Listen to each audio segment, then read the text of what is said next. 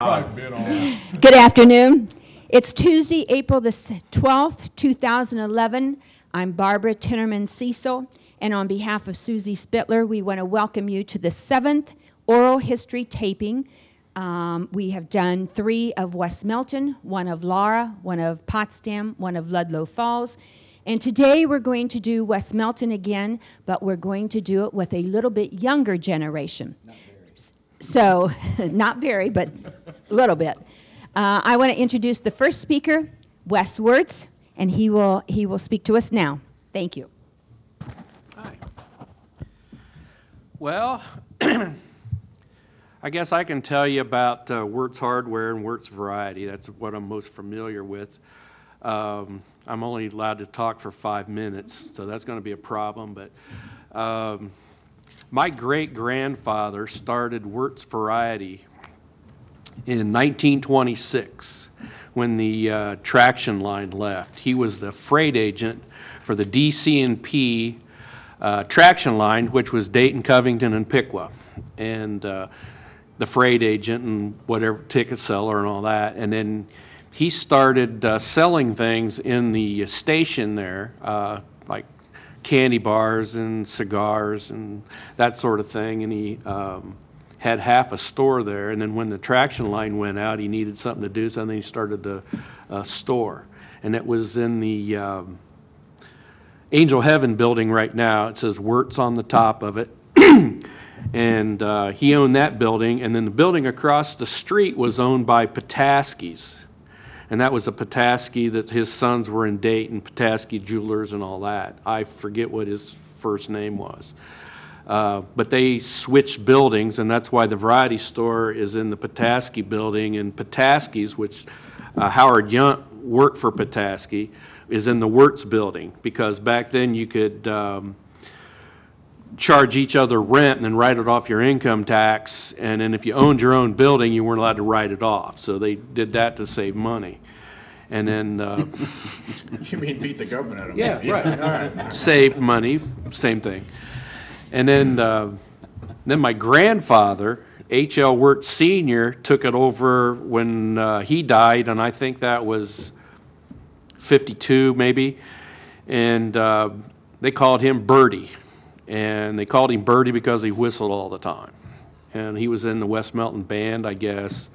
And then they had, that's where Wertz's is right now, and that's where he started that. Then my grandfather, H.L. Wertz Jr., they called him Bud. And he took over after that. Then my dad, Kay, and I don't know what year that was. And then I started working for him when I was graduated. Well, I was actually worked for him when I was in the 6th grade. I went there out Saturdays and after school. And if they needed me before that, they'd call up the school and let me leave. Big Ed to let me out. He'd come and get me out of the class, and everybody thought I was getting in trouble again. And he told me if I ever said anything, I wasn't allowed to leave anymore, so I just let everybody think I was in trouble.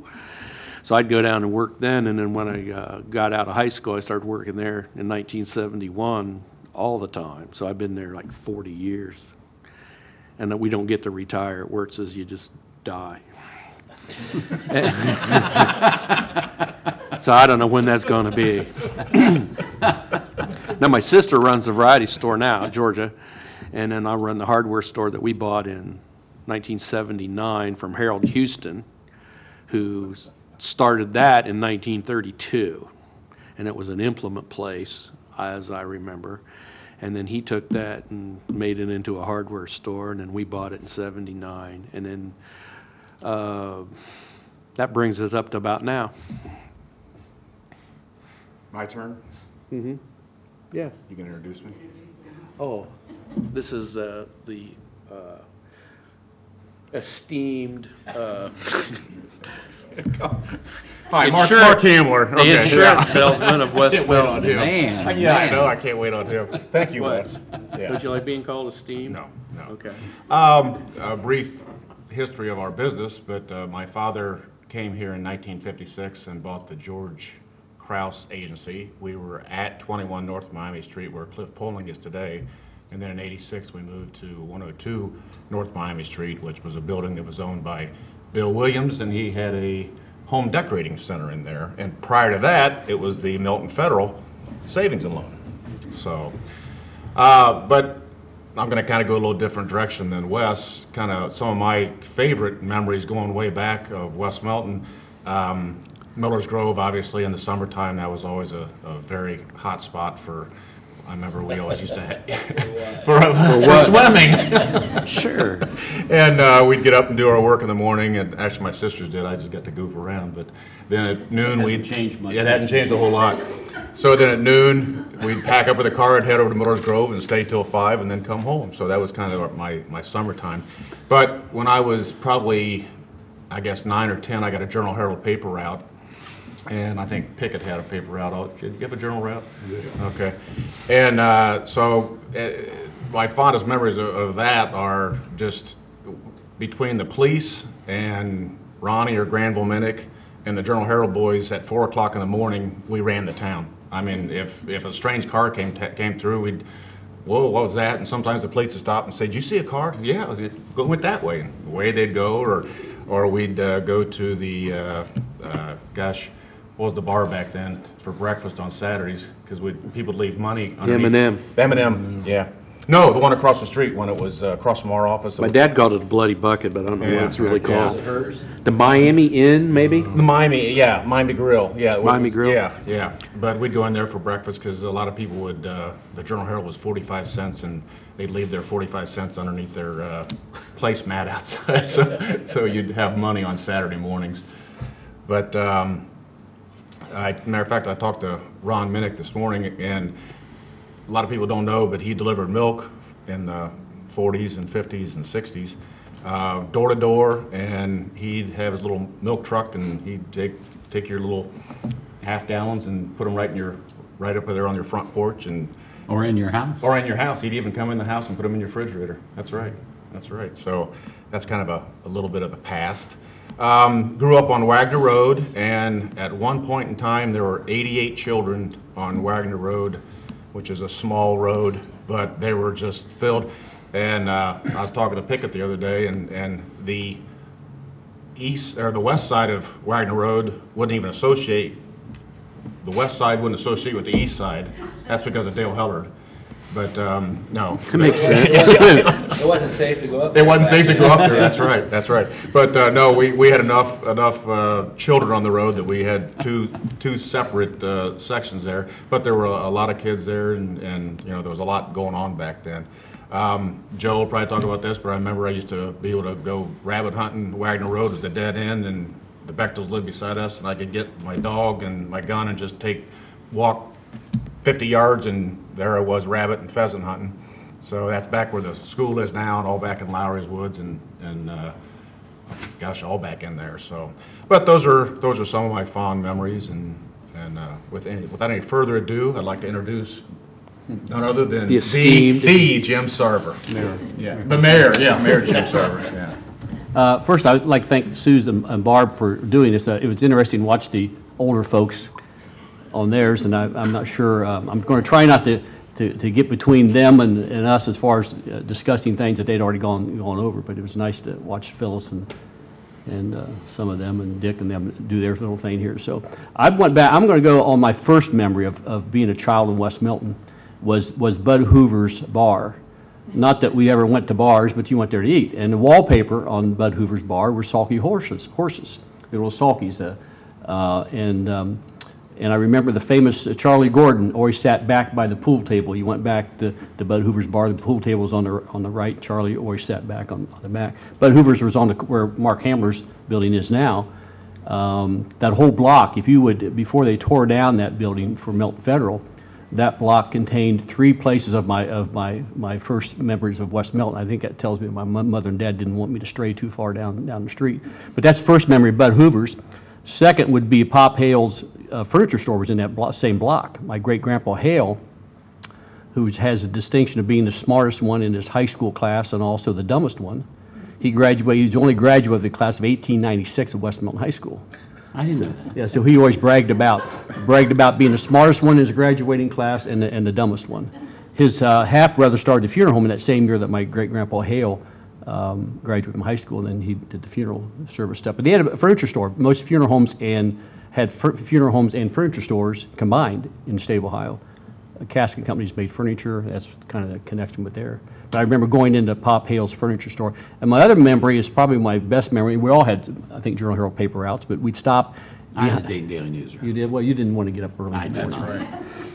But if you would put Martzel and Evans, the Chrysler dealership, if you'd plant that building back where it was then, it would take up 90% of Route 571. The stone wall around by the West Milton Inn, that was the right-hand side of the street, and then there was a two-lane highway coming from Tip City. So there was the Chrysler dealership, and I'm not going to give these in order. There was my great-grandpa's furniture store that ended up being Markley's furniture store.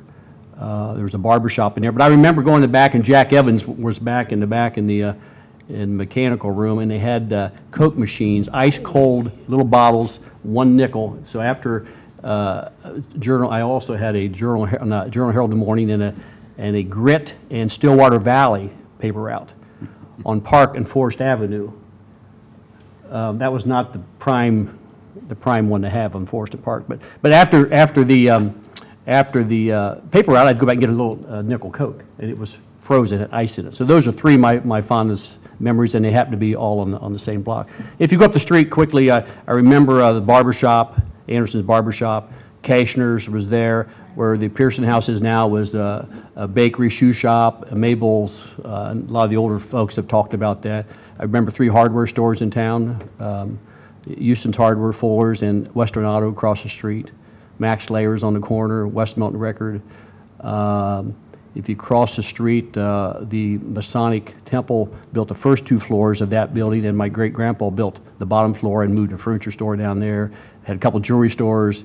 Then you come down and you all know what's been the drugstore. The library was in there. Library was in there, and a bakery. Bakery was in, the library and bakery was in Johnny Brookwalter's place. I remember the bakery being there and also the library, but I was talking about the next building down, which was where Alte's. Louis Moore had the shoe shop. That was, at one time, that was where Pearson House is, at one time. Wasn't he in World War I too? Probably. I think he was like. And then, of course, the drugstore and the old West Milton Inn building was that, and where Bill Nessie just bought from Pickett's dad. That was Miller's dry goods store.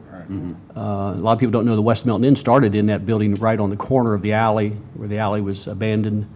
That was the old West Milton Inn building. And then Doc Stout, old Doc Stout, and then Brownie's Market. Used to go in there and told Max Layer always wanted to grow up to be like Max, but Max was a butcher in the back. And I remember finding a fire at M&M Grill. I delivered a Journal Herald paper, saw a fire start at M&M Grill and Brownie's Market when that burnt. You found it or started? No, well, it gets better. It gets better because I found a second fire when I was delivering oxygen to someone up on Wagner Road one night.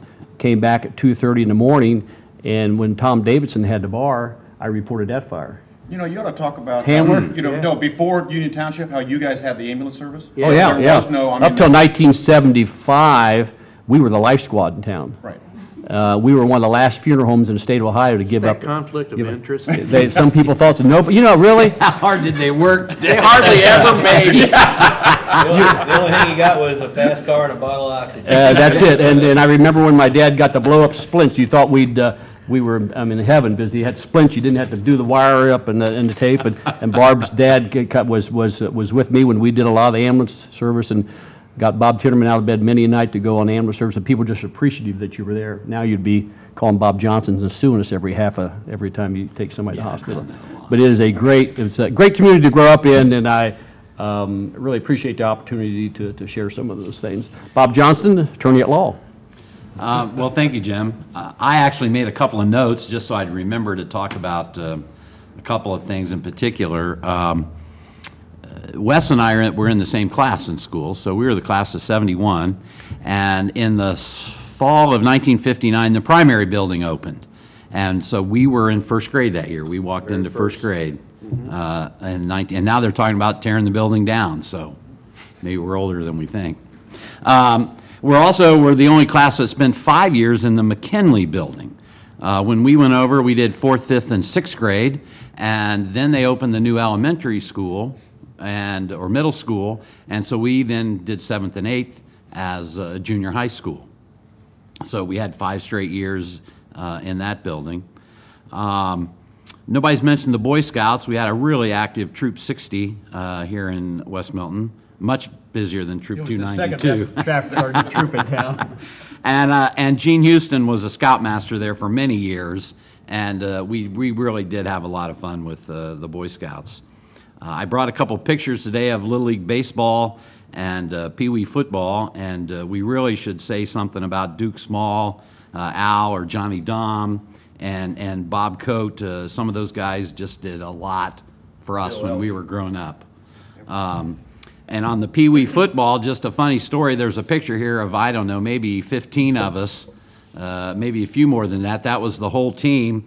One year, I remember we went down and played the Fairmont Wee Dragons, and when we went out there, they must have had 120 kids. They went around the football field, and of course, all we did was give the ball to Dave Kripe, and we must have beat them by 50 points. They had 4 offensive teams and they had 4 defensive teams, so everybody only got to play a quarter. Yeah. And we had to play all of it, both sides. And we still beat them. I remember that.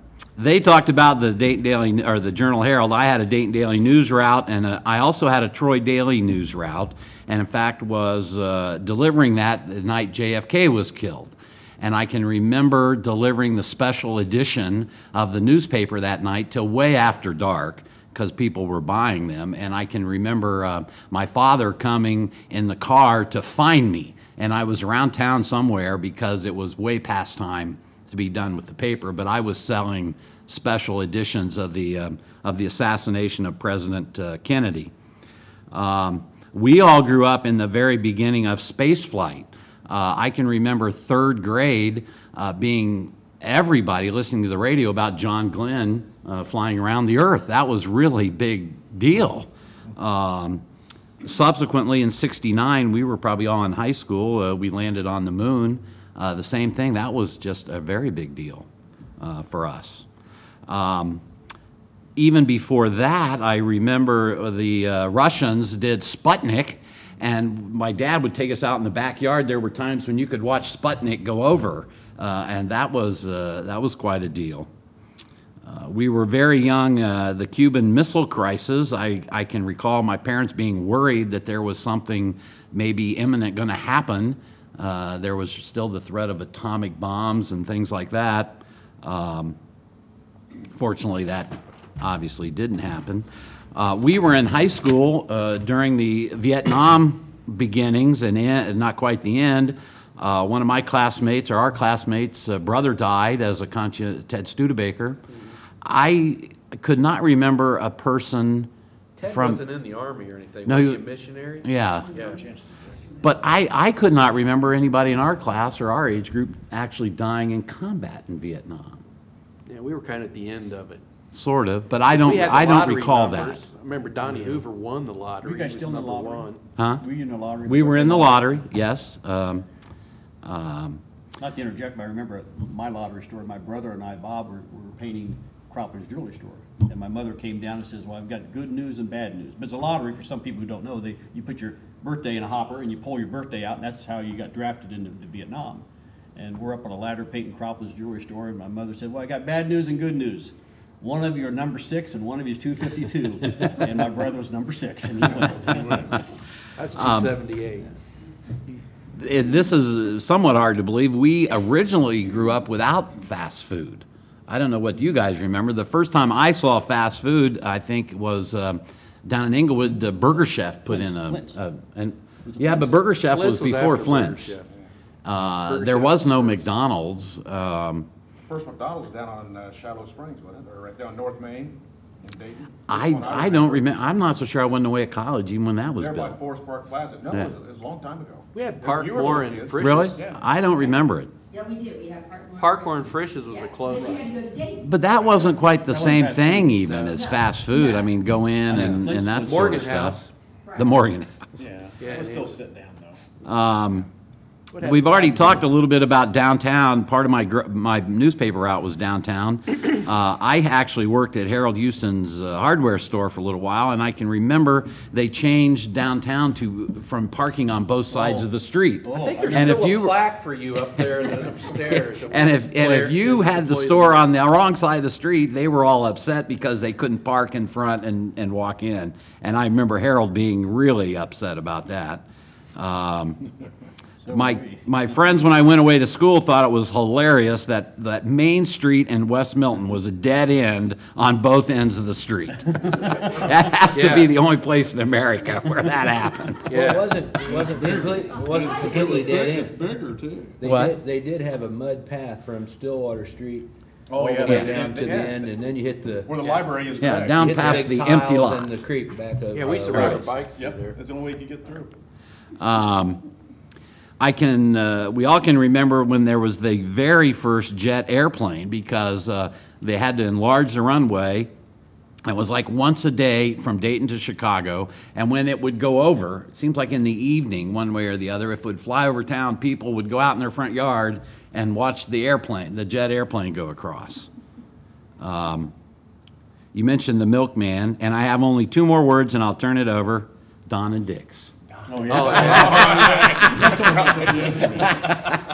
Our favorite You store. better tell them what it is now. Yeah. Well, Don Wissinger and Dick Dixon. Harlan Dixon, right, had a junk barn, really, and they'd take stuff a thrift store. They'd take stuff in on trade, and shop. there was It was a pawn shop. probably more stuff behind there that we didn't even know about as kids, but regardless, it was quite a trip in there, and I'm sure all of us bought our first set of ice skates at Don and Dick's. He kept a tub in there and probably had, oh my gosh, 500 single skates. So you'd have to root through and get skates. And my brother Dennis, a little young, come home one day with his first pair of ice skates. His right one was a figure skate with the tooths on the front, and his left one was a hockey skate. Amongst many, many other things in Don and Dick's. Well, Don So, and Dixon, did you tell them where it was at? well, actually, there's no Behind Croplands. behind Croplands, an old The barn. Pearson House, actually, you walk from the It was that north, whole little from the parking north lot. side. Yeah. I got a set of bunk beds there for Christmas one time. I always wanted bunk beds. I told my mom that I lived to have bunk beds. Well, I knew I probably wasn't gonna get them, but next one morning, Christmas morning, I woke up, I'm on the top bunk of the bunk beds. And about a week later, I go down Don and Dick's, I'm thinking, boy, that bunk bed set that I wanted is gone. Well, it was mine. My mother and dad bought the bunk bed sets from Don and Dick's for Christmas, one of my best Christmas presents. Jonathan Winters used to go there and buy Colt guns. Oh, big guns. He had a lot of big A guns. lot of guns. So without further ado, Jim Wilson. Thanks, Bob. You can borrow my notes if you want. Yeah. I'll bring the notes. Yeah, like Mark, I had a morning journal paper out, was born up by the funeral home. And my mother was, and she was born on the same street down there by the buildings by McDonald's where the buildings were tore down. We all had paper outside the north end where Jim lives now. And then,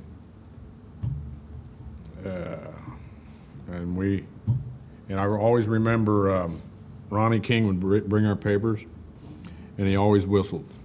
You could hear him coming. Yeah, he was always whistling. Oh, shoot. I thought all these things to say. I'd Well, say you one guys thing were about talking, and I can't think of it. Your family's probably the only family that's had everybody in your family live on Route 48 at the same time. Yeah, yeah. Mom, dad, sister. My brother.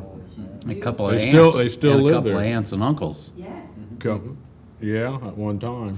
One thing it'd be Uncle Bud Beam, told me that he lived or grew up in the house where, it was Wendy Fleming Insurance Agency, the Wagner Insurance Agency right along in there. Yeah. And it was a farm. That double house on Washington Street was their barn, right where Market Street dead ends now. And their family owned everything down over the back of the hill, and they had cattle. And Bud in the evening would have to go way back down over and chase all the cows down along the river and bring them back up to that barn. Well, that's news to me. I never heard that. Really? Yeah. Yeah, he grew up in that little house right there. I didn't know that.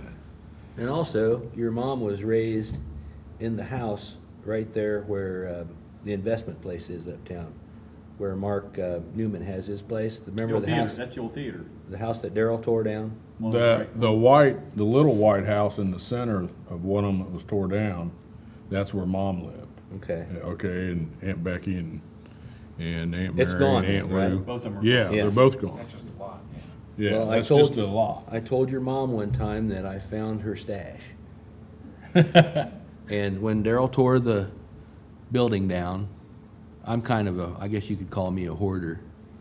But I got up in a collector. I got up in the rubbish, and I found a barrel stay, a piece of a barrel, and I found another one, and I found another one, and finally, I found the rings that went around the barrel, and it had bird doo-doo all over these barrel stays, and I pieced them together. I matched that and got the whole barrel, and I have it in my house now, and it's marked Sour Mash XXX. And it was in that, come out of the upstairs of that house. Of that old house? I told Lou Nysonger, which is your Yeah, there was an aunt, apartment. There was an apartment upstairs. that I found out where she was hiding that stuff. You remember she was a operator for the phone company. Mother was. And when I remember calling up Nan, it's on the phone. I said, I want to talk to Daddy at the store. She said, okay, how's your mom? Fine. 131J. I was going to say, we're Yeah, probably there's the only 3 digits. last group that had operators and Yeah, going probably. through, because we were 403J. Yeah. Had 4 or 5 neighbors on the same party line. 818. I had a great Aunt Mildred. You'd have to talk to her 5 minutes before she'd hook me into Tommy Foster and Leather Falls. She wouldn't know what's going on. What are you calling me for? Yeah. I remember we had Sarver had carnivals. His mom would have carnivals up there, and we would Basement. in the Muscular basement dystrophy for Dale Hemrick. for Dale Hemrick, and you guys would buy them flowers or do something with the money that they go through there. We had like a little haunted trail. We probably had the first haunted house in the world in the basement of the funeral. Right, If in the you're ba- in the basement of the funeral home, it is a haunted, it's a cave. It's The house. a cave. It's actually a cave, and it had a skull sitting there that was lit up. We had great ones. and it was Probably a real good time. skull, wasn't it? First, yeah, the first year we collected 87 cents, and they put a big article in the West Milton Record for us, that we collected all this money for muscular dystrophy. The next couple of years, we were doing 8, 10, 12, 15 bucks. We didn't get any publicity after that. We thought we were doing too good. Yeah, they were. I'm surprised you remember that. Yeah. And the sheets, we used to, Dad used to put big sheets in the backyard. We'd have community picture shows, movies. Dad and Mom make popcorn. You'd kids be 20, 30 kids sit in the yard with a sheet hanging over a pole that my dad made, and he'd run movies and yeah. Yeah. We had a good time in the north end of town. We had nice baseball games, football games.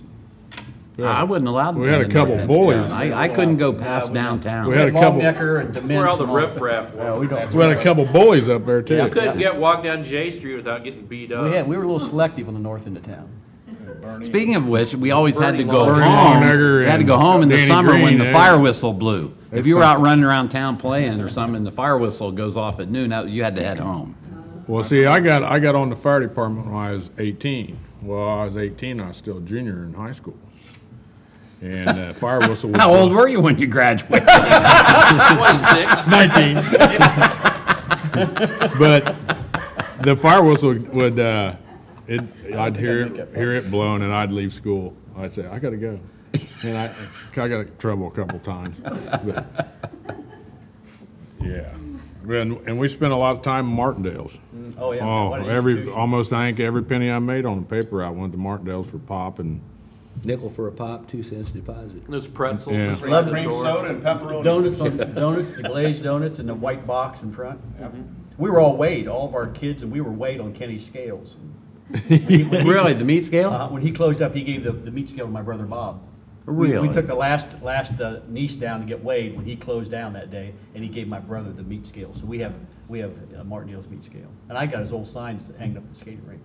Yeah, we all got weighed. All the babies were weighed. He would put a piece of paper down before he put the baby's butt on. and then Ralph, remember Ralph? Big Ralph. Ralph had a wad of money. The guys from Coat Barrel Vaults would come every Friday and get their checks cashed. And Ralph in the back had a chain about like a dog chain, and if they had a big check, he'd sneak underneath the cooler, and he had the big money hidden underneath the cooler. But Ralph was like a Raymond Burr type of guy with a big old wad of money. Oh, he's a good guy. Yep, great people. And what else, please? Yeah, that's right. What else, please?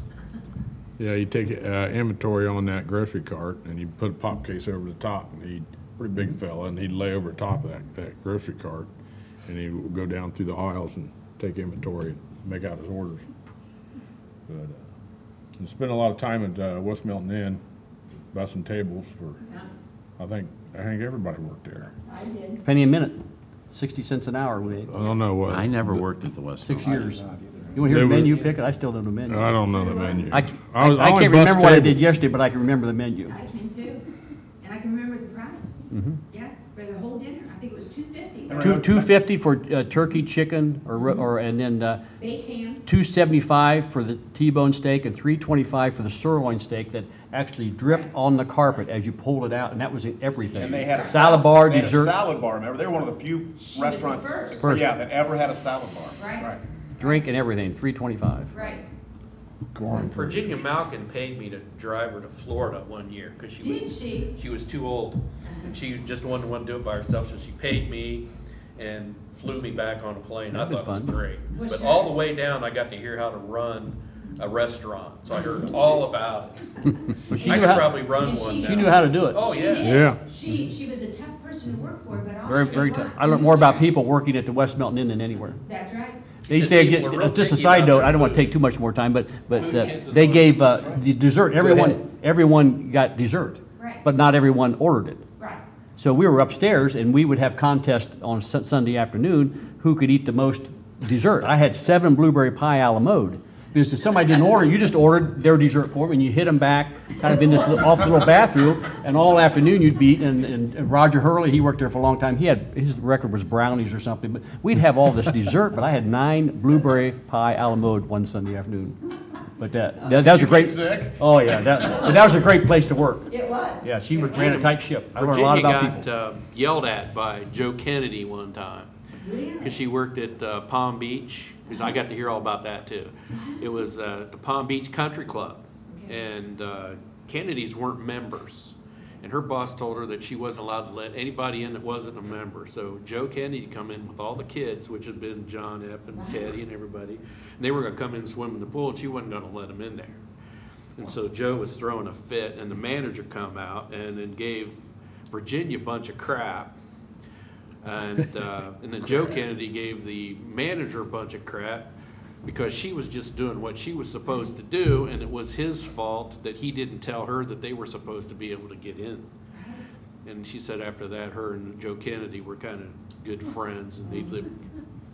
And then he bought the Palm Beach. Yeah, and then he probably bought that. But if you look at Milton and all the characters Milton's had as far as business people, I mean, Joe's dad and grandpa and Wes's and just people in town, the characters, the Charlie Gordons, and just a neat time to grow up with neat role models, basically. Well- We used to pick up Charlie Gordon to go to basketball games, and Brian was about 5 or 6 years old, and he said, Dad, how come, and he lived at McKinley Commons, he said, Dad, how come Charlie lives in such a big house? He thought that was Charlie's house. Did they give Charlie a jacket, a Milton Union basketball jacket for Yeah. like fan of the year? Yes. or Oh, yeah. Number one fan. lifetime Number one fan. I can still remember him wearing that coat to the basketball game. A lot of great people in Milton. You remember how he could remember all the yeah. Reds baseball statistics, Charlie was but very he could intelligent. barely write his name. Very intelligent. He was one. I think he was probably an idiot savant. Well, he was a very big fan of Milton sports. Yeah. He was there almost every game. And he could tell you all game, about it. basketball game. Yeah. Yeah, my kids had paper routes, and up on North Main, and down on Stillwater and Rockley and Meadowbrook Drive and along in there. And I was amazed, I didn't pay much attention until after I started working for the city again, that how many people been there for 50 years? I mean, the Lortons, the Johnstons, the Deharts, the Lindinskys. I mean, A lot of people. a lot of people. I mean, We're gonna be in that group pretty soon, Pitt. I'm getting off this street. Some of us already are. But I'll turn it over to the Joe Wilson here. And we are no relation. No relation. and he's got and I got a nickname because of him. We have the same hairline. Yeah. But I got that nickname because Joe and I was on the football team. And Lester Whitefield liked the singer Wilson Pickett. And the Now, these young folks won't know who Wilson Pickett is. yeah, they do. Yeah, they do. So, and everybody just cut it short, started calling me Pickett to distinguish when they wanted me or Joe on the football team. And that's Coach Overland wanted you most of the time. No, yeah. Pickett, sprint the rest of the practice. Well, okay. Well, I might as well start in here. My name's Joe Wilson, and I've worked at Community Oil.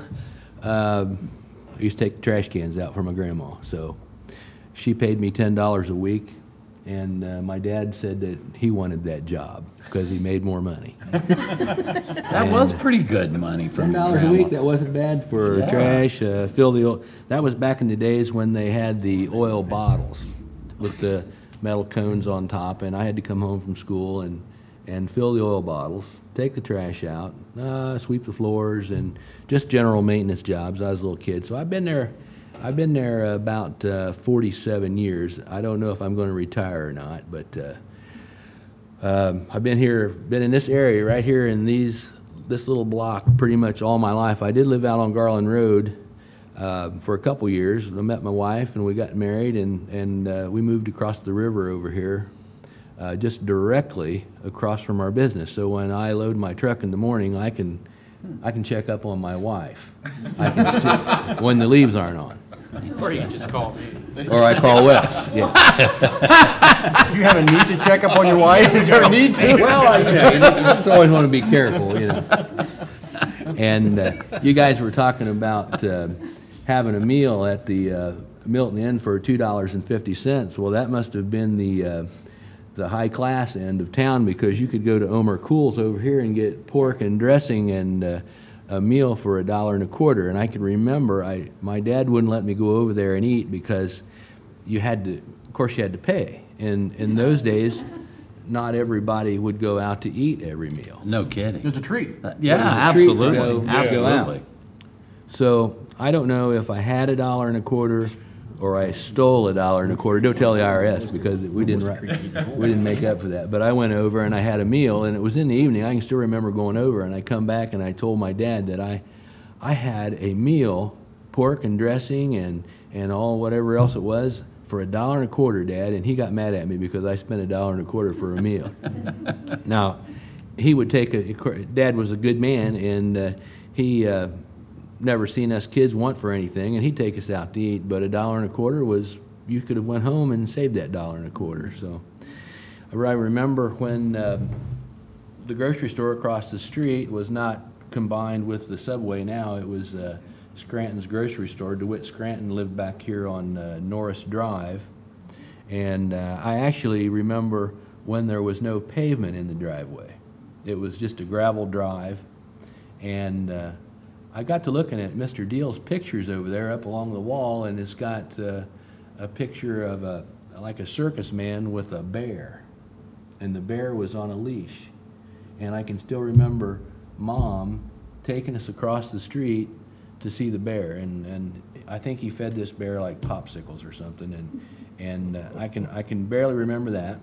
I remember when this building that we're in now was Lucas Ford, and then it went from Lucas Ford to Bonner Ezell Ford, and I can remember the bat boat in the showroom, and I would spend most of the day over here looking at the bat boat. You know, I thought that was really incredible because it was on TV, and it's actually here in town. Bonner Ezell sold Thunderbird boats, I believe, and Then He on, caught a great big marlin one time, because I remember on the wall there, he had this great big mounted marlin inside the car dealership, and I always thought that was pretty cool. Bob Emmerich was his it manager. was, I think. was you sure it was a marlin or was it a shark?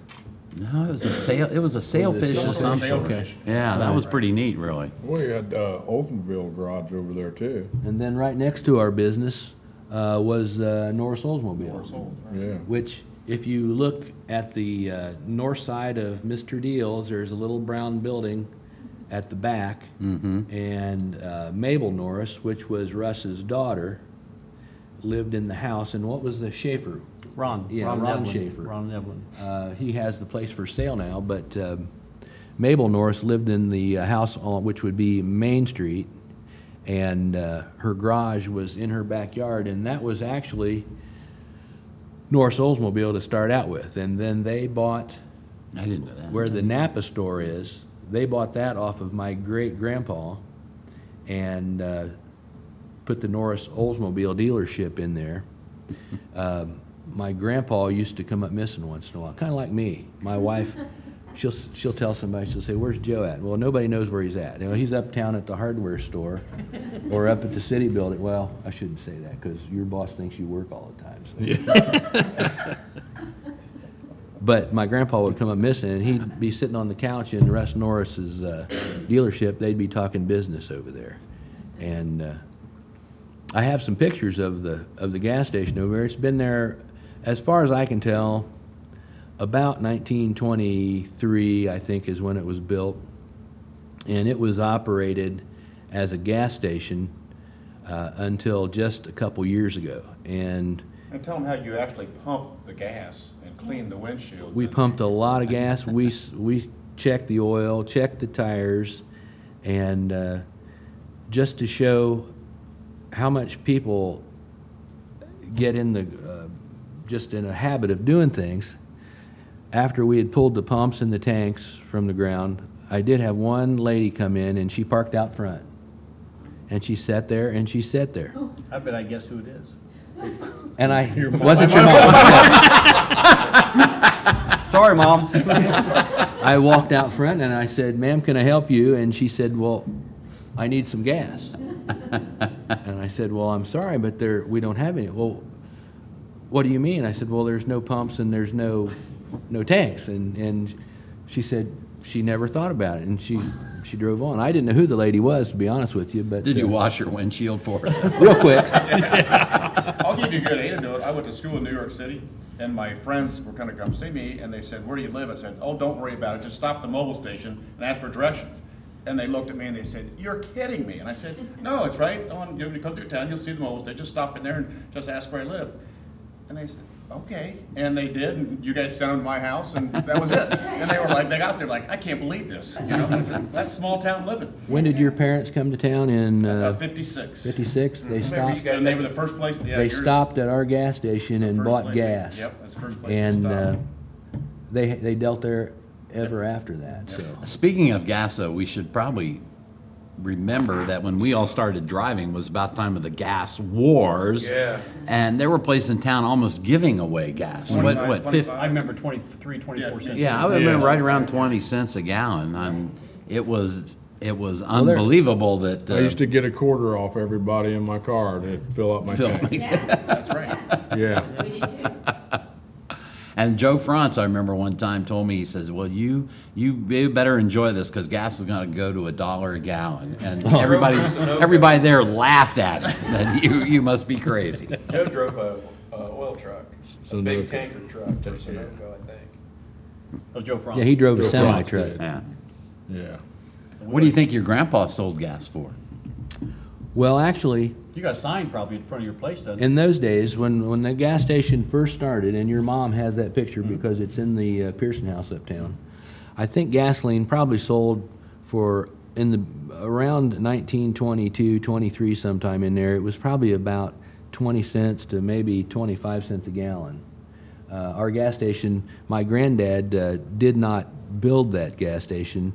Howard Wheelock built the building and run it for, I'm not for sure, but he probably run it for 2 or 3 years, and Did he run it as a gas station? it was a gas He station, built yes. that. And, well, it was not, it was the forerunner to the convenience store, because the shelves inside, they had bread, and they actually, my dad told me when he was a little boy, he took a Coca-Cola solid oak ice chest out back and broke it up with a hammer and an axe and burned it on the trash pile. And I've never even seen one of them before. But Howard Wheelock run the place for 2 or 3 years, and my great-granddad come from Lakeville, Indiana, where he owned an elevator. He moved to Bradford, Ohio, where he purchased the elevator, the granary up there, and I actually found the letter where he conversed with Mr. Wheelock about purchasing this gas station, and he bought it on land contract. And I found the letter where he paid, the last payment on the gas station. And I think that gas station was stop number 26 on the trolley. On trolley? Yeah, and we actually. What was the park?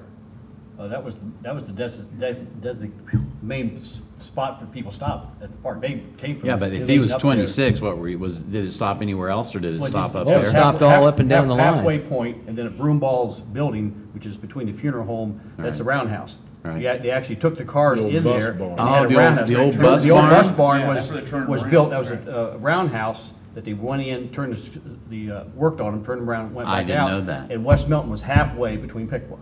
That's why it's called Dayton, Covington, Piqua. But they built Overlook Park for that reason, to get people to ride the streetcar from Dayton.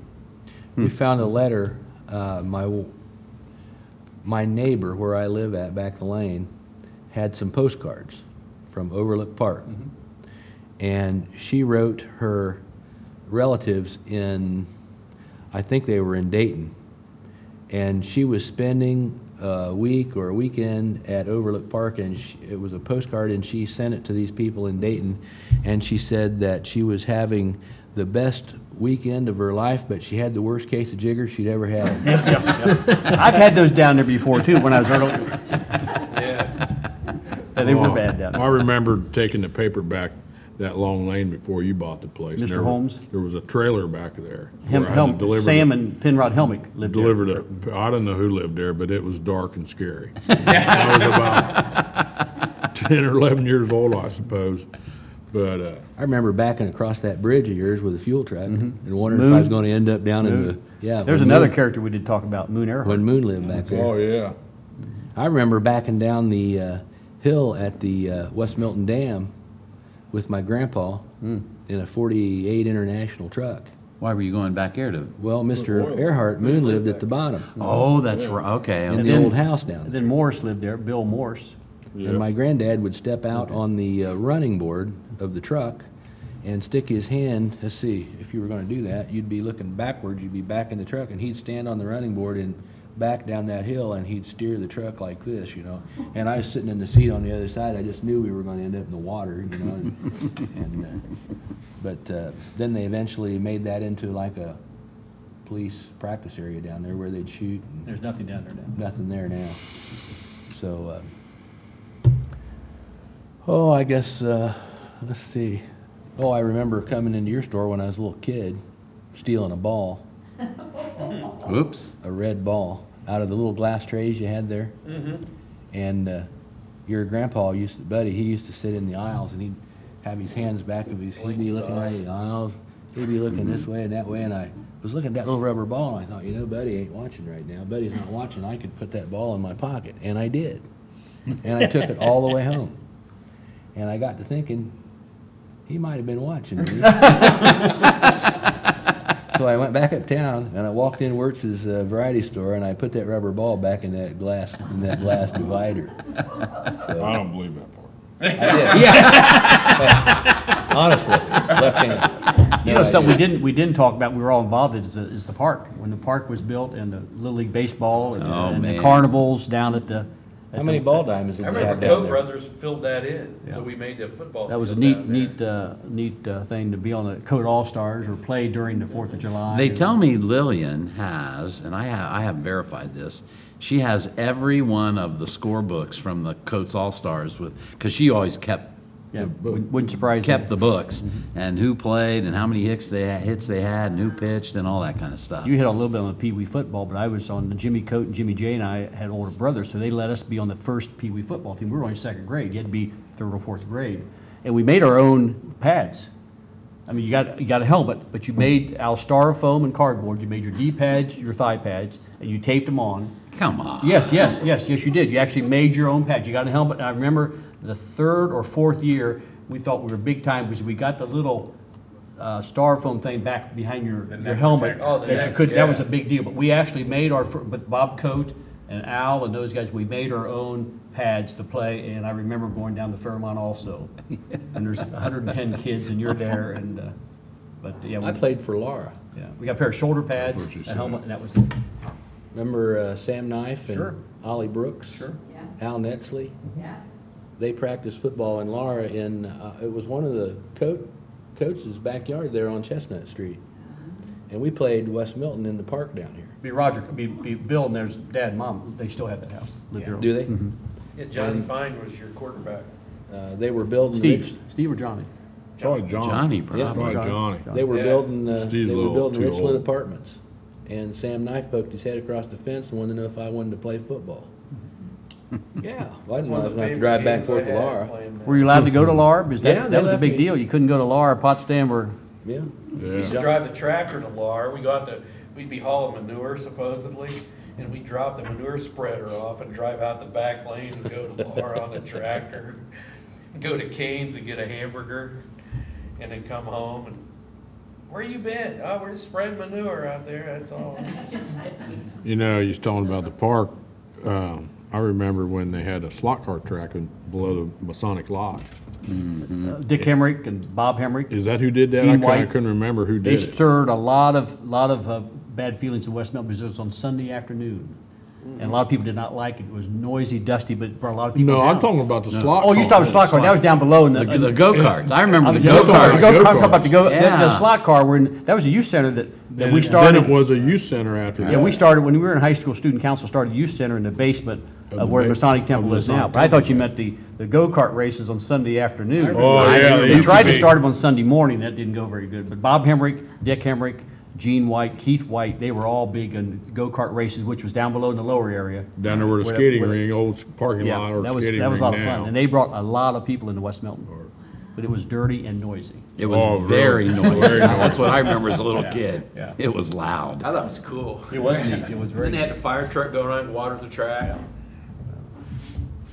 Very neat. Red Dawn and Dick's, they would sell you anything. We went down there and got a can of gunpowder Good. That's what we always used to get. and pour it on the sidewalk and light it. Gunpowder. Everybody got Yeah, gunpowder down everybody You got. make your own pipe bombs and everything Exactly, that's what back everybody then. Oh, it It's a was- wonder we're here. Yeah. we put At a least garter with our snake fingers. in a coffee can. Me and Rick Mowry and Phil. And we Mowry was trying to light it with a match. The garter snake or the garter- can? The can, the gunpowder in the can with the garter snake. Okay, and he finally got it lit with his head hanging over it and everything else, and we all had singed hair. Mowry didn't have any eyebrows and had 3 powder burns on his one eye. We were scared to death. Well, speaking of snakes, I got to tell this one. Going back to the Boy Scouts, we had been camping someplace. You were on this trip. We were way up around St. Mary's or someplace on a hike. And Jimmy Martindale was in the Boy Scouts with us, and he caught, must have been a 6 or 7 foot black. Were we on the canal? Yeah, we were on the canal. Walking the canal. We were walking the canal, and a black snake, and he somehow got it in a little sack or something and put it in his backpack. And when we got done hiking, Russ Dillon picked some of us up to bring us back home, and he had Jimmy in his car, and the snake got loose. in the back of Russ's car, and he's driving on a next day or two down the street, and the snake comes up somewhere between his door and window, this great big black, he parks his car right on Miami Street and leaves it sit there till the police get there. Jimmy was a big snake man. Oh, yeah. He caught snakes all over the north end of town, and he'd put those garter snakes in there, and they'd have babies, and he'd go around and sell those little baby garter snakes around the block, around the north end of town. You know, usually had one in his pocket. And his dogs always had puppies, okay, and he'd do the same thing. He'd put all them puppies in a basket, and he'd drive around town, ride around on his bicycle. I had one of those pups, and named Spike. He used to go with me on every paper out. And Mark would say, I could always hear Wilson coming down the road yelling at his dog to shut up. I had Peppy. Remember I had that little toy fox terrier? Yeah, he went with me on every paper Did any of out the older trip. group talk about the river and when it froze over, and didn't they? The backwash. Well, I remember down below the cemetery, we would go down and ice skate on the river. And Dad would bring a couple big tires, and we'd burn tires right in the middle on the ice and have a great big neat party down on the river. But You it can fro- still see those tires from the Probably bridge so, once in a probably while. so. But you'd go down and spend the whole afternoon and early evening skating on the Stillwater River. Yeah, but it didn't freeze all that often. Back then it did. It froze a lot back in the It froze, 50s. It seemed yeah. like it was a real cold. Really? Yeah, it seemed like a 'Cause lot we colder. would skate on the backwash Huh? behind the Seemed park. like a lot more. Yeah, it just seemed like it. My nickname when I was a kid was River Rat, because I lived on the river. But we loved to skate, and the old, you know how tire will smell, you can still smell, in my mind, the tire. and We also skating. skated at the goldfish farm. Oh, yeah, Right sure. back here. Yeah. The fish hatchery. The fish hatch. We When played we were- hockey over there all the time. When we were younger, we'd make great big hockey rinks. The older we got, the smaller the rink got, the less big. Yeah. I can remember the hockey puck going into the cattails, and you'd have to go in and get it. You couldn't over there, because that's where the water come up. It never freeze over here. But, yeah. Well, Bud Hoover's got to play hockey up there, too. Yeah, Bud Hoover's? Yeah, that's a good place to play hockey. Remember the dam Bud that they're Hoover, trying to tear Fuller out? Brush Man. Little Brush, that's another one, yeah. He'd come around to the house every now and then and sell. And I was thinking about Everything. Charlie chips. They deliver Charlie chips. I put that down, the people that went door to door. Yeah. The bakery, Bill J. That's right. Oh, yeah, he sold Remember bread. Coolers? Bread, Forgot about bread man, Yeah. a bread He's a man. bread man. Kugler's guys- Chicken Place? The what? Kugler's, across from Where the, Cody's is at. Right. Where yeah, Code Construction's at. yeah. No one talked about Willie Leaser's either. That's That was right. like Village Inn. Willie's is Right great. next Where door. Fifth Third is at now? Then they had Joe Dick's dad had an ice cream parlor there. Then across the street was the poultry place, Kugler's, down where Coats are. Mel Adams and the Sinclair station with the dinosaur, Where the suit fried is. were certified. Yeah, You Dad- guys were Dad talking worked there about forever. Minix delivering milk. And I hope Ronnie watches this because he might remember that, but my mom took the milk from him one morning and he was backing out the door in the front of the house. He got the money, got paid or whatever, and he was backing out and had caught his belt loop on the inside of the screen door and he was trying to get away and Mom was trying to unhook him, and my dad got a big kick out of it.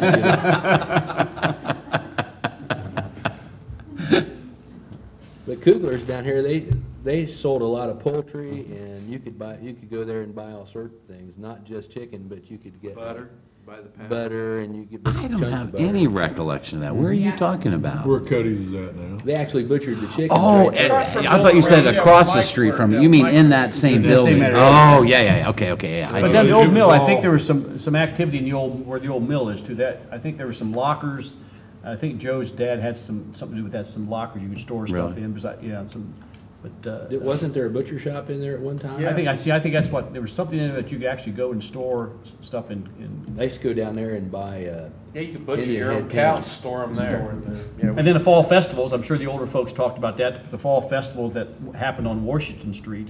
That was a great time. And I was second place in the hula hoop contest. I did not come in first, but they had a hula hoop contest, but they shut off Washington Street and put a tent in, and that was the fall festival. where all the Are you over there where the Yeah. bicycle? And then when the fall festival stopped, that's when they started the 4th of July. One memory, and I didn't think of it till yesterday, I was in the rain, or the day before yesterday, I was over by Troy, and some young kids were over there in their They're patrol boy uniforms. They're yellow. yeah. They're I was yellow. a I patrol remember boy. getting my badge from Miss Minnick, and it had a red thing on it, and I was a captain. It was a big deal because you were a captain of the, but I still smell the raincoat.